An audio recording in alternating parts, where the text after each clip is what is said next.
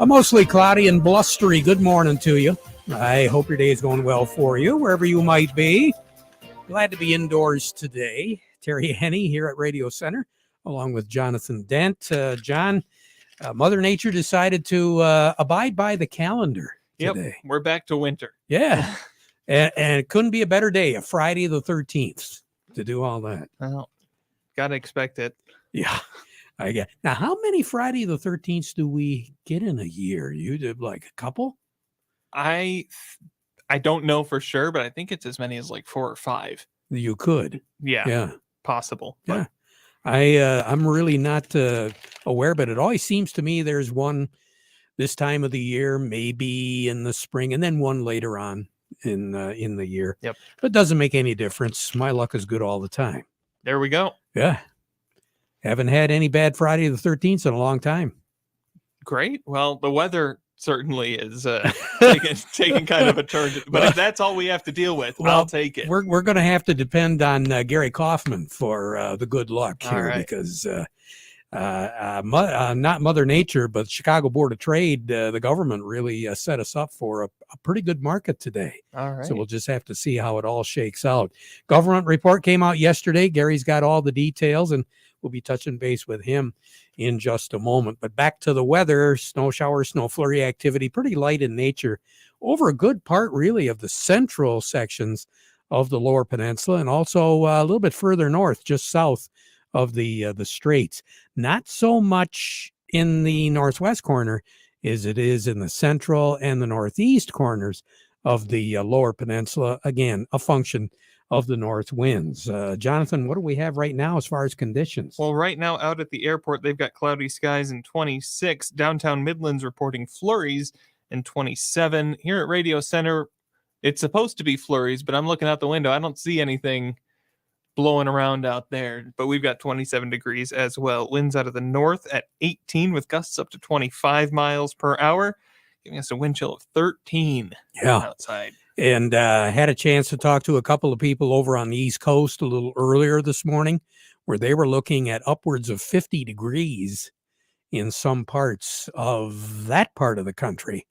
And they're looking at a drop of about 30 degrees here going into the later afternoon, because the system is moving that far to the east right now.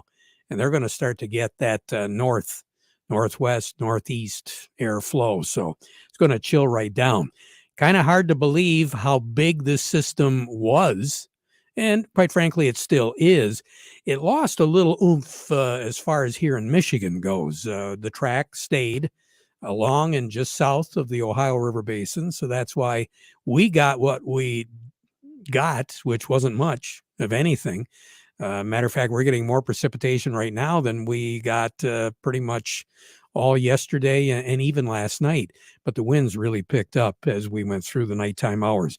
It is hard to believe that there are sections of the continental United States in January that are getting not one, not two, but almost 36 tornadoes in one day. Yeah. And that's what happened yesterday down in Alabama, Georgia, that particular part of the country. They got literally nailed with some very severe weather, deaths, just damage like you wouldn't believe. But again, you have that many funnel clouds running around. You can expect it. Fortunately for some of the bigger populated areas, it didn't affect their weather. But those storms were very, very nasty. And I believe the airport down in Atlanta actually had to ground the airplanes for about an hour because of the severe weather moving through that part of the country. Records, I don't know if that's record breaking or not, but it was just disastrous in the southeastern part of the continental United States. Off on the West Coast, system number 8 in the string. Here we go. Is approaching, so they're going to get it, and we will see that system more than likely later in the day on Monday night and into the day on Tuesday, and that's going to take a little bit more of a northward course, so we're going to be on the south side of it. That's why the forecast for Monday, Tuesday, and Wednesday, and really Thursday, maybe a break on Wednesday, is for rain shower activity and temperatures in that low 40-degree range. So after that, they tell me that that channel, that airflow is changing out in the Pacific Ocean, which is good news for the folks out there. And it could signify a little bit of a change in our weather as we get into the final 5 to 10 days of the month of January. So we'll just have to see. Forecast, we've already reached our high for the day. 15 is our low tonight. We should see a sunset in some parts of the state tonight. Sunshine tomorrow. I said sunshine tomorrow. There we go. S-U-N, sun. Yep. It kind of restores your faith. Are we going to warm up at all? Well, 33. Okay, that's not warm. No, but it's above average. It's above average. Yeah. But we will warm up on Sunday. 40. And as I said, work week next week, low 40s all the way through the period. The probability of precipitation is going to be increasing as we go through the next 10 days or so. More on the weather as we go through the broadcast. We had a big report, as we alluded to. Gary Kaufman's going to give us the latest on that. And, of course, Doug Klein will be along as well. Absolutely. We'll get to all of that. But first, the weather report today brought to you by the folks at Nutrien Ag Solutions. Nutrien Ag Solutions has the local expertise to recommend the corn, soybean, and other seed products that are the best fit for your field. Plus, unparalleled agronomic support with products and services to unlock yield potential and improve crop performance from planting to harvest. Ask about our financing options to help you get more from every acre and lead the field. Visit your local Nutrien Ag Solutions branch or go to nutrienagsolutions.com. They say there's a secret to growing a great crop. At Nutrien Ag Solutions, they beg to differ. It all starts with a strong foundation, and when it comes to fertilizer, there's no question that Titan XE drives dry fertilizer performance. They've been unlocking the potential in every prill of dry fertilizer with biocatalyst technology for over a decade. Visit lpi.ag/Titan or contact your Nutrien Ag Solutions crop consultant to drive your crop's potential today. Farm Service brought to you today by the folks at Lingle Equipment. Kim Weiss over there at Lingle wants to remind everybody that the Kubota L-Series tractors are the #1 selling compact tractor in the United States and has been for over 10 years. It's got that powerful Kubota diesel engine, ease of operation, and you get your choice of Kubota gear or hydrostatic transmission. Also, he has the Kubota L-Series tractors right now. So he has those. And then he's got the Kubota BX Series subcompact tractors, which again is one of the more popular ones in America today. A smooth hydrostatic transmission makes it real easy to operate. And with that, the BX, switching attachments is real simple. So check him out today. Give him a call over at Lingle Equipment, 754-7801, or you can email him at k.weiss@lingle.com. Along with me right now, Gary Kaufman at Star of the West. Okay, Gary, you talked about it on Monday. You told me to stand back because there's a real good chance we're going to see fireworks. And man, the markets took off like a shot yesterday afternoon.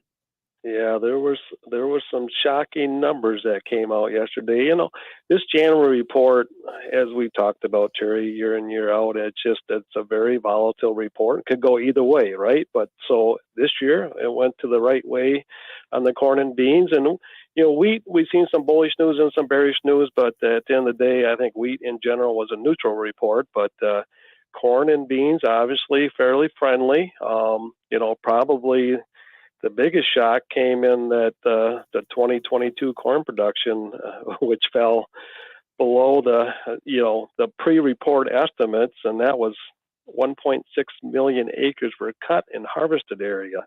You know, they left the planted number unchanged, but the harvesting, of course, we had the big drought out west, and that was where a lot of that came from. But that, you know, if you look at previous January reports on average, you know, it was probably a variance of 223,000 acres, where a high was 500,000 acres. But yesterday we had a 1.5 million acres difference. Wow. that was huge. So, And from what I understand, the yield was down as well. Was that correct? the yield, yeah, I think the yield, yeah. Let's see, what was it? Boy, I tell you, I think it was down seven. Was it 7/10 of a bushel? I think is what it Something was. like that. Yeah. Yeah, yeah. So you take that, yield down overall. Actually, no, the corn, that offset in the acreage reduction. Actually, the yield was up in corn by one Oh. bushel per acre. Well, then it must have been the soys. One Yeah, or the soy, other had a decrease in yield somewhere. yep, yep. The soybeans were reduced. Correct. Yep, it was 7/10 of a bushel. I was thinking corn, but it was Yeah. soy.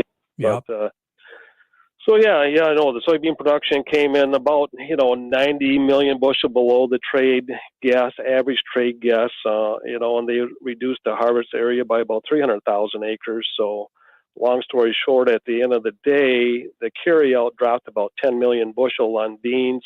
So again, that's down to about 210 million bushels. So that's a pretty tight supply on beans. So it comes down to demand. At the end of the day, we're going to continue to watch South America weather. They took Argentina soybean crop down quite a bit. They thought Brazil, which is going to have a great crop on beans, but maybe it won't make up the difference. So that's where the market's going to focus, is on weather there and how that production is going to continue to play out for the most part. So, but yeah, today the market's it's pretty much settled down after all that news. So that's how, once you get the numbers and you digest the numbers, and then, okay, what's fundamentally reality as we move forward? So the soybeans right now still appear to be, it held those numbers from the close yesterday, and Yep. we're still on the positive side there. Yep. Yeah. Corn. Yeah. Soybeans are up about 8 right now. Corn's up a penny, and actually wheat's down a nickel. So that's kind of where we're sitting at the noon hour today. So what do you have on the board right now, Gary? Oh yeah, for wheat, cash wheat, let's call it down 5 at 693 on the white, 643 on the red.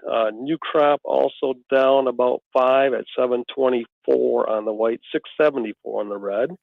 Cash corn up 2 at 618, and new crop, let's call it up a penny at 537. Cash soybeans currently up 8 at 1452, and new crop is actually down a nickel, Terry, at 1326.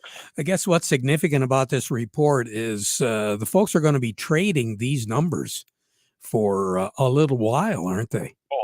Oh yeah, for sure. So, until we get that South America crop, harvested. I mean, the early harvest is started down there, but they'll continue to watch that harvest as it comes off, and how much more bushels are going to be added to the pie per se. And again, it comes down to, like I said earlier, it comes down to China demand.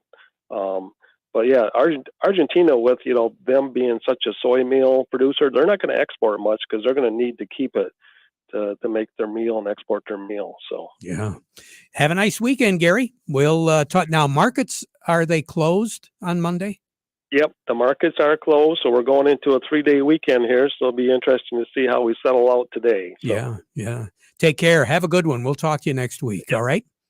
Sounds good, Okay. Terry. Gary Kaufman over at Star of the West.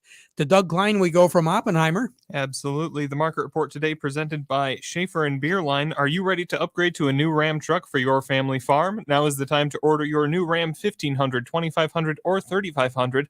So you should see the folks at Schaefer and Beerline in Frankenmuth, the Great Lakes Bay certified ag dealer. They specialize in all models of new Ram commercial trucks and vans, and ordering is the way to go. You can buy with confidence from Schaefer and Beerline in Frankenmuth since 1852, where family and service sells cars. Also by Thumb Bank, they've been serving agriculture for over 125 years with 2 locations in Bay City, also Cass City, Caseville, Pigeon, Bad Axe, and Marlette.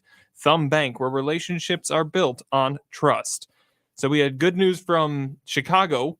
Let's check in with Doug Klein. Doug, how are you today? I'm doing good. How you doing? Hey, not too bad. Finishing off the trade week. Big report came out yesterday. The Fed, are we still in favor there? What's going on? Well, yeah, probably. Consumer confidence came out today, and I think it was starting to show signs of being okay. So that we got going for us. The stock markets were open this morning, indicated down a couple hundred points, 300 points, and they've almost recovered some of that. So we'll see where it goes from here. But it's been a pretty decent week on the stock market side. The yen is continuing to go higher, which, they're not a huge trading partner of ours. I mean, they're pretty big, but they're not like China. So that's gonna be something for exports to Japan, of course, But like I said, there's not a huge population there. What else? Crude oil's up about 80 cents, and that's kind of sort of been trending higher all week. I think it was around 73 last week, and now it's 79. So that we got to keep an eye on that. That's, as far as I'm concerned, that's far enough, boys. You can quit any time now. So that's what's going on. Not a whole lot. Here's your numbers. The March corn 673 and a quarter, up 2 and a quarter. The September corn 613, unchanged.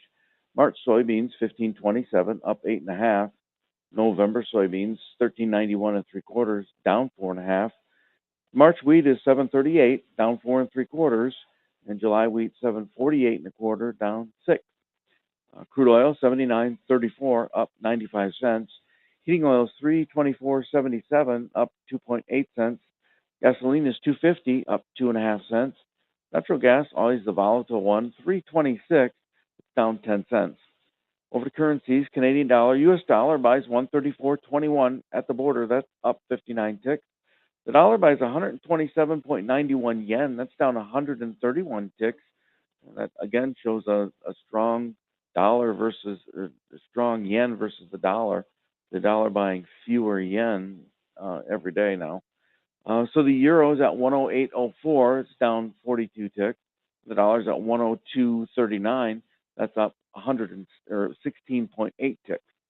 Gold is at 1913.90, up 15.10. Silver's 24.19, up 19 cents. And platinum's at 1065.80. That's down $8.80. You have a nice weekend, Doug. Talk to you Tuesday. Talk to you Tuesday. Take care. Doug Klein over at Oppenheimer. We'll be right back. Do you like free food and great deals? Well, you won't want to miss the Customer Appreciation Event at Ellen's Equipment in Ithaca, your official New Holland dealer. Join them in Ithaca on Wednesday, January 18th from 9 a.m. to 12 p.m. to experience the power and precision of New Holland equipment and enjoy a free pancake breakfast and great deals on the latest New Holland inventory. It's all at Ellen's Equipment in Ithaca. Visit ellensequipment.com or check them out on Facebook for more information on the fun and specials happening all week. Well, I don't know how your Spanish is, John, but why don't we slide down to Mexico City? I don't know. Greg Ackerman, good morning. How are you? Good morning, Terry. We're doing well. Yeah. Are you down with Joe Kramer? I am. Yeah, we're in Mexico City meeting with, we got some U.S. Driving Council meetings here today and tomorrow. Tell us a little bit about what's going on with those meetings, Greg. Nope, I think we lost him. We've still got him on the line, but I think we're having a problem with our service right now. That could be. I'll give him another ring here. Yeah, give him another ring. Let's slide over to Stephanie Zelenko right now from AgriLiquid. Good morning, Stephanie. How are you? I'm good, thank you. Yeah, we don't have to go long distance to talk to you today. What's going on? Well, I'm actually out closer to Lansing today doing a couple of grower meetings for one of our retailers. So get the opportunity to actually talk to some Michigan growers this week. And what are they telling you? Well, I just got here, so I haven't really talked to them yet, but this meeting is going to kind of focus on, soil fertility and then the soil health issue, which tends to be, a hot topic nowadays, is looking at those other things going on in the soil beyond that fertility component. And at this stage of the game, folks can get some work done out there. We don't have any frost in the ground, do we? We do not. It's been a very pleasant January for us here. But, that's going to change. I actually see snow flurries as I sit here in my car. So I know we probably will get some frozen ground, but, take advantage now. If you didn't get that soil testing done, you can still go out and pull those samples and get those sent in and get a report back to make some decisions yet for this spring. All right. Well, you have a good conference this afternoon. Have a nice weekend. We'll talk to you next Thank you. week. You too. Okay. All righty. Stephanie Zelenko from AgriLiquid. Now I think we've got Greg Ackerman on the line. Greg, we were just asking you about some of the meetings that are going on right now. What are you talking about? Well, obviously beans, Terry. This morning we're meeting with our counterparts. We got a U.S. Dry Bean Council meeting here today and tomorrow. And today we're focusing on the international reps, which is we have reps coming in from all over the world to give us reports here on what's going on in the region. What are our expectations right now? What are we looking for? I guess information just to find out what we can improve on in some of the regions, and also what their demand looks like. If there's any issues with U.S. beans traveling into those regions, but mainly just learning and seeing what we can do to increase bean consumption and help with our U.S. dry beans. Yeah, because at this stage of the game, it's an ever-changing world, and when you say learning, you never learn enough. There's always so many things that change. Yes, there is. Yep. We just had a report from our reps from Mexico, and Mexico's crop was pretty short this year, and they'll start their yellow bean harvest here the end of the month into February, and that is extremely short. And they're going to have record high prices in some of those commodities. So it's going to be a good opportunity for Michigan beans to move into this region down here. Have a good conference. Safe journey back. We'll talk to you again soon, okay? Thanks, Terry. Oh, you bet. Greg Ackerman with the Michigan Bean Commission. Chuck Cervinsky joining me right now over at Maple Hill Nursery. Chuck, I understand spring is just around the corner at Maple Hill. It is. It's the middle of January, and our outdoor furniture season is getting ready to kick off. We received our first truckload of Hollywood outdoor furniture Wednesday, and we're resetting the store, getting everything ready. Now is the time to come on in and look at outdoor furniture and place orders. Lead times right now are really short, and orders that are placed in the next few weeks will be in around the mid-March time frame, giving you the opportunity to be able to enjoy things right away when the weather breaks for spring. And lead times are going to get longer as we get closer to March.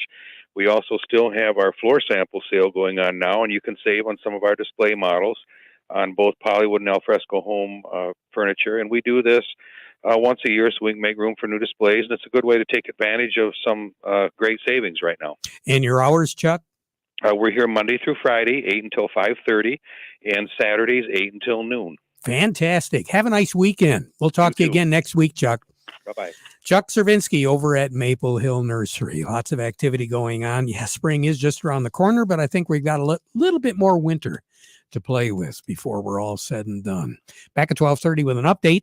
Now we conclude our program with a playing of our national anthem.